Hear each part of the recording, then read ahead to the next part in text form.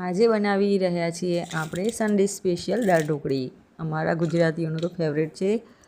દર રવિવારે દરેકના ઘરે દાળ ઢોકળીની મોજ મસ્તી હોય છે અને આ શું મસ્તી એન્ડ યુટ્યુબમાં પણ આજે દાળ ઢોકળીની મોજ છે. તો લોટ બંધાઈ ગયો, દાળને મસ્ત મસાલેદાર કરીને ઉકાળી લીધી છે મિત્રો. તમે જોઈ શકો છો વઘાર પણ તૈયાર થઈ ગયો છે ને આટલું ઇન્ગ્રેડિયન્ટ્સ હોય તો બહુ જ મજા આવશે. વઘારનો અવાજ મારો ફેવરેટ, તમને ખબર હશે કટકટ મારો ફેવરેટ છે, તો મને બહુ જ સાઉન્ડ ગમે છે આનું. અને હા, આ જ દાળ ઢોકળીમાં એક સિક્રેટ છે, એ તમારે કમેન્ટમાં મને જણાવવાનું છે. શું સિક્રેટ છે એ તમારે શોધવાનું છે અને કમેન્ટમાં જરૂરથી કહેવાનું છે.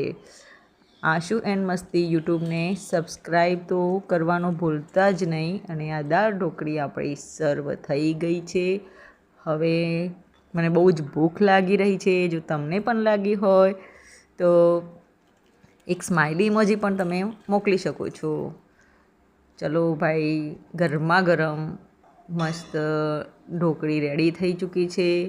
મસ્ત સવારનું ઠંડુ ઠંડુ મોસમ છે ને ગરમા ગરમ દાળ ઢોકળી હોય તો એની મજા જ કંઈ અલગ છે. થોડા ધાણાથી ગાર્નિશિંગ કરી લઈએ અને મારું ફેવરેટ છે એ પણ આપણે ઉમેરી દઈએ. તો ચલો, મારું ફેવરેટ તમે જોઈ શકો છો કે દાળ ઢોકળી એના વગર અધૂરી જ છે. જે હું ઉપરથી લઉં છું તે છે મસ્ત શુદ્ધ ઘરનું દેશી ઘી. પુનિતભાઈ પાસેથી શીખ્યા છીએ એ જ ઘી, બરાબર.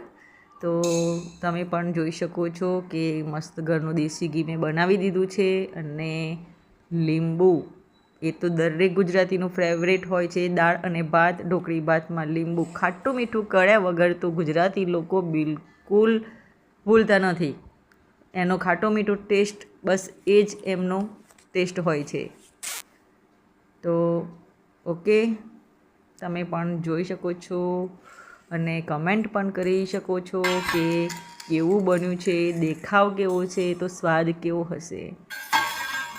સર્વ કરી દીધું છે. તો ચલો ભાઈ, મને તો ભૂખ લાગી ગઈ છે ક્યારની, પણ મારા યુટ્યુબ મિત્રો સાથે શેર કર્યા વગર તો કઈ રીતે ખાઈ શકું હું. તો મારા યુટ્યુબ મિત્રોને બાય બાય, જય શ્રી કૃષ્ણ.